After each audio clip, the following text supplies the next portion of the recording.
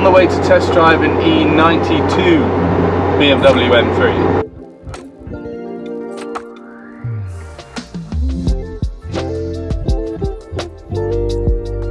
I've already test driven the E46 M3.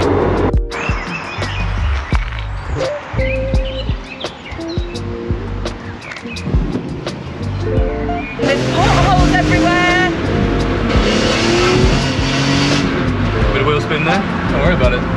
I thought it was very good and I would have bought, but my wife said it was a little bit too skittish, a little bit unnerving, and it would be even worse in the wet. So we've got to look for something that's a little more planted, and the benchmark is a Golf R.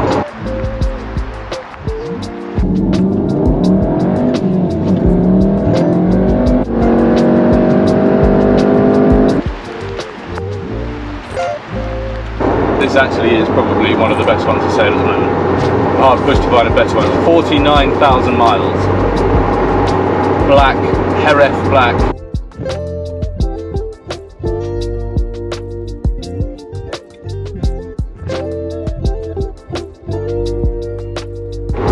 Black leather interior.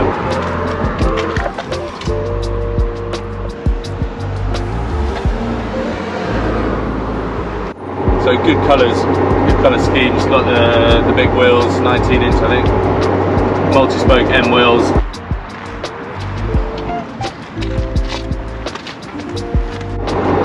It's a good one, but it's not manual. But then I made the mistake of buying the Golf in manual, thinking it would be better than paddles, and actually it's probably better with paddles.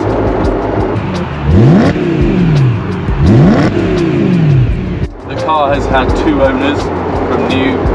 First owner was 8 weeks and then sold it, and the second owner's had it ever since, up until now.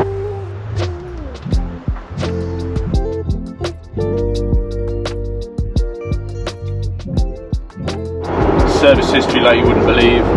It's on for £28,995. It's the best part of £30,000. They also have a Bentley Continental GT there for sale in the same place, which is a 6-litre twin-turbo W12 Bentley for £10,000 less. But it's a lot of money for an E92 M3. But if you're going to get into an E92 M3, why not get a really good one, and then it's still worth the money when you're finished with it. 49,000 miles, I could have a good bit of fun in that and it'd still be worth a good amount. Let's have a look. I'm not comparing it to a Land Rover Defender though, so I will we'll be there shortly, and next time you see me I'll be in an E92 M3. Hello. So E92 M3.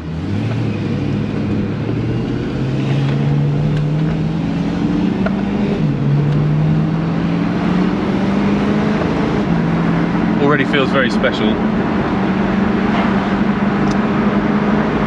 Well, compared to the manual, compared to the E46, I mean, it's completely different. Totally different. I thought it'd feel much bigger and much heavier, but I don't know how heavy it feels now because I've only just pulled out, but it doesn't feel huge. It actually feels quite small in here. It is a nice one as well. Black and black, Jerez black with black leather. Let's put some aircon on, shall we, because it's quite hot. Right, let's kick it down. Second. Yeah. Yeah. Does feel good, doesn't it? Got 33 miles in the tank.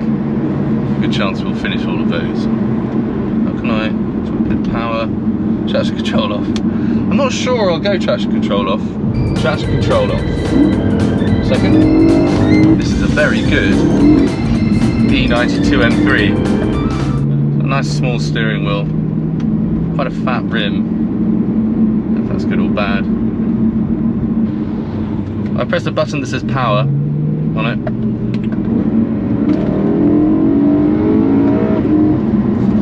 Ooh. Second gear. Oh, that was actually a police car, so second gear.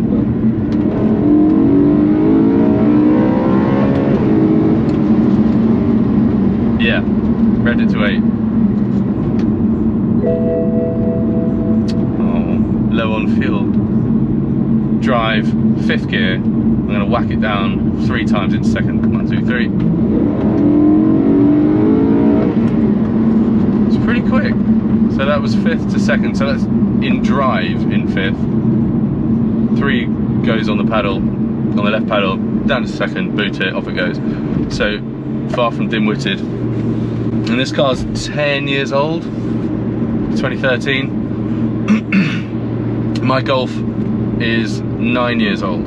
So we're talking about a similar sort of time window when these two cars were produced. So they're quite evenly matched compared to the E46 did seem a little bit more dated because it was. We've got a screen in here.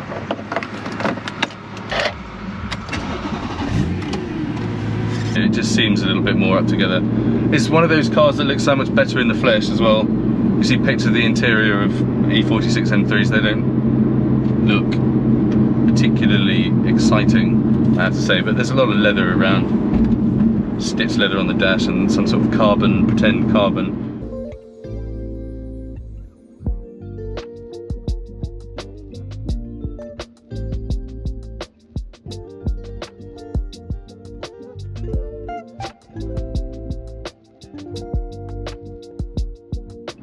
But it gets away with it because it's not shiny. Looks good. Quite like it. It certainly has aged a lot better than the interior of the E46, which looks a little bit like a sort of set for a sort of porn film with the red leather seats.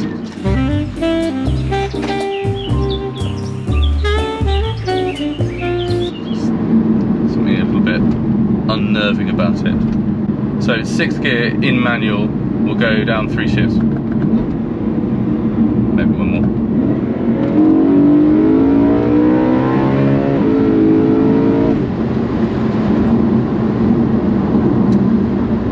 The thing is, although it's definitely quicker than the E46, it feels quite a bit more stable.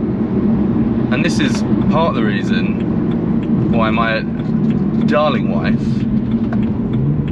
wasn't particularly interested in the E46, because it was felt a little unstable, a little wayward when you put your foot down, whereas this feels a lot more planted. Neutral. Handbrake, proper handbrake, which I prefer. It's nice to have a proper handbrake rather than an e-brake, which is what we've got in the Golf, and well, there's potential for handbrake turns, if nothing else. Right, so you knock the lever to the right to turn it into, put it into drive, hold it all the way to the left, a little bit forward, put it in reverse. Really easy to use, isn't it? Back it forward, back into drive, not a problem at all. Clutches pick up, pretty easy to pull away from. Easier than my friend's F80 M3, which is just, the throttle is either on or off. It's tight, isn't it? Right, in manual, 1st gear. There goes a Mustang. Oh. Ready?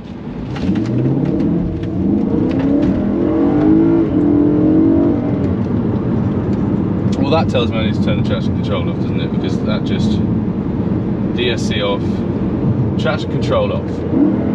2nd. Lurches forward when you upshift. So that's something I found when I test drove the M4, F80, you know, the M4. My friend's got an F80 M3 and it does the same thing. If you've got your foot down when you upshift, it feels like you've been belted from behind by a train. Which is a good thing. I don't think it's a good thing if you happen to upshift when the wheels weren't straight. Front wheels. Well, the rear wheels.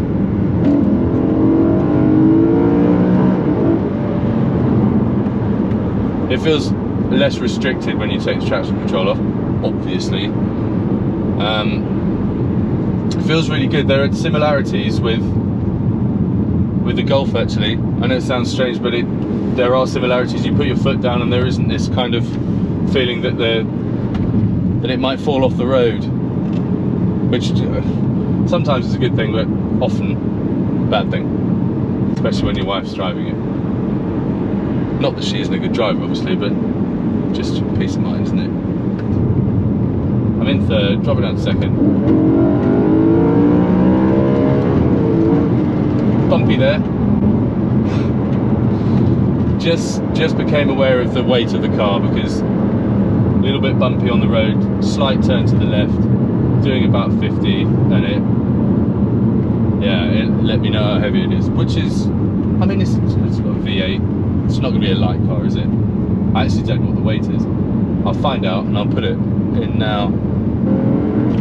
Down here on the, right, engine braking's pretty solid. I left it in second there and got off the gas. Feels light on its feet though.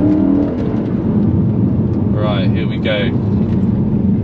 I'll just pop you on the window so you can see where I'm driving. Pop it in neutral, handbrake on, nice and easy. Nothing fancy, let me just do this. Come on, off you get. Right. Back roads. Neutral. Drive. Manual. Probably indicate. Or in park. Parking brakes off. Second gear.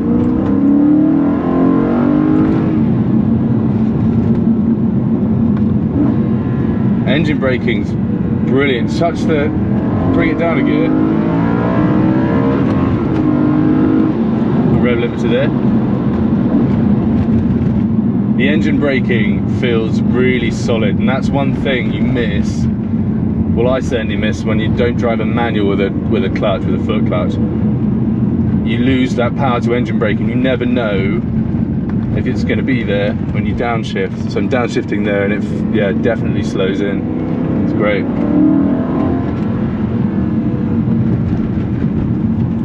Hello.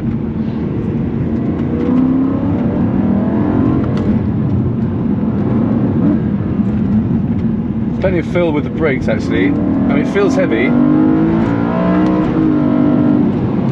Oh yeah, that's rapid. It's moving around quite a bit, and it does let you know that it's kind of stepping out and doing all these things, but none of it feels uncontrollable. It feels a little bit more planted than the E46. I'm just going to come to a halt here. No one behind me. First gear. Ready.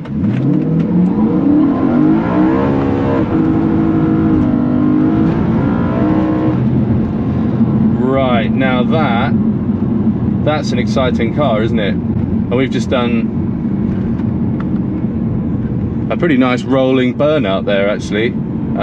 It waved from left to right. At no point did I feel like I should get off the gas and get out of that. It felt really controlled.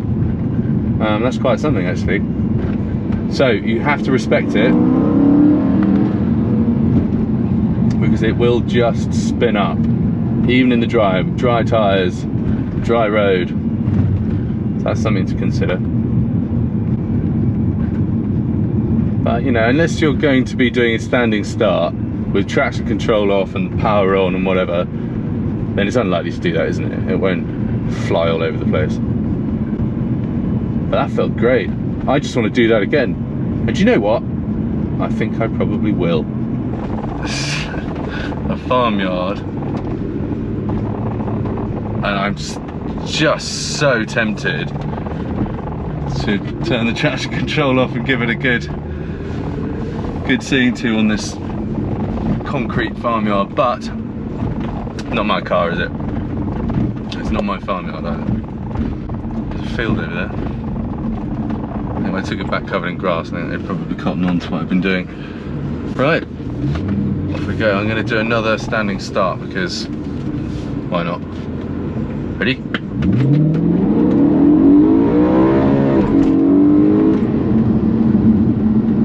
Oh, yeah. Yeah.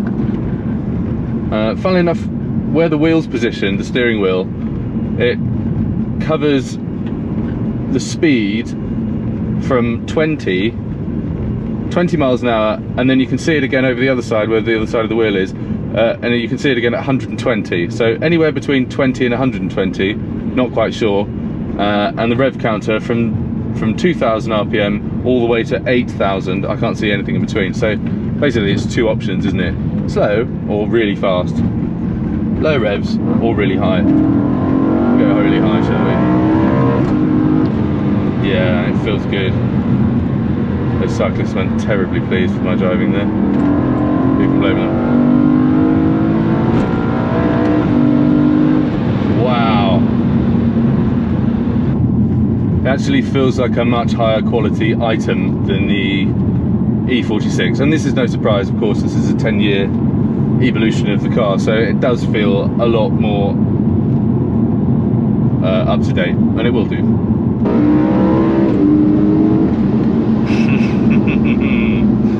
Yeah, it's great, this. I mean, it was going to be, wasn't it? This is not a surprise.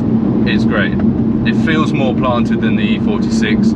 It feels just as planted as the Golf. I mean, I'm saying that. I have just done a big burnout, but that's with traction control off and power on, whatever that is. So we turn power off, it won't be for long. Already it's sort of slackened off, the throttle response slackened off when I pressed the power button off.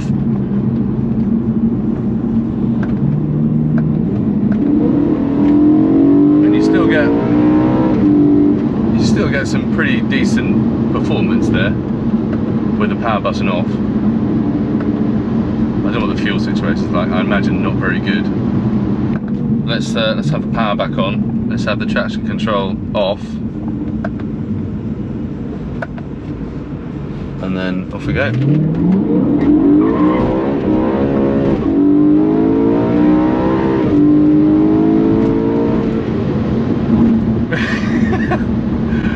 Oh, I think I better go and give this back. Now that's a really good sign. A very good sign indeed. I think I should go and give this car back. Feels great.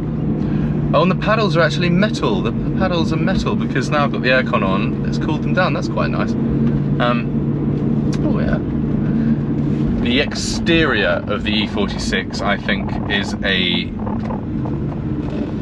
better shape. I don't love the shape of this one, but having seen this one, funnily enough, in the sun today, as I was handed the keys to it, did look quite good.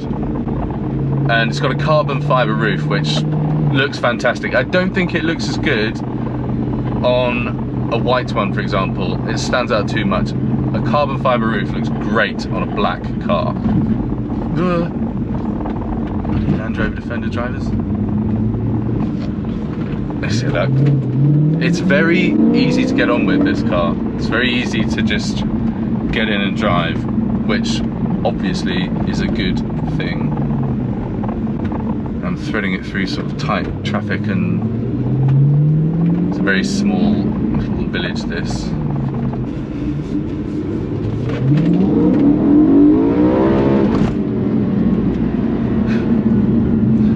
Nothing like doing that, is there? It's got a V8 with plenty of shove.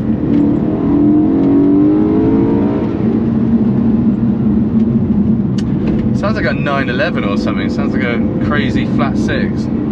It's quite an urgent sort of tempo to it. I like this more than our Golf, but it's 30 grand. This is £30,000, which is a lot for an E92 M3. But this is a very good E92 M3. Now, what happened there was I was getting a little bit too comfortable in it, and I had to correct. I certainly think we should take this back. Love to take it on track.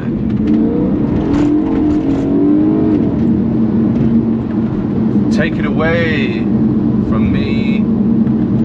It's really good. It's exploitable and playful and confidence inspiring as well. It doesn't feel intimidating. to throw it round and to break traction and spin the wheels.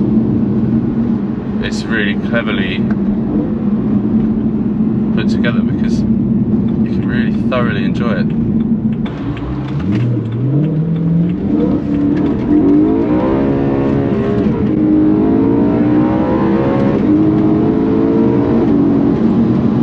Well, I'd like to have seen what that looked like from outside the car. I hit the limiter in first though, unfortunately, but I did hold a nice slide. Now I should definitely give this back. Trying to compare it to the E46, it's much better. It's 10 years better, isn't it? I really like it. It's got so many things that are similar to the Golf as well. It's German. It feels solid. It feels put together by people who knew what they were doing. It's black headlining, black. Everything's black leather. Same as my Golf. I feel quite at home in here. I really like it. I think my wife should drive it.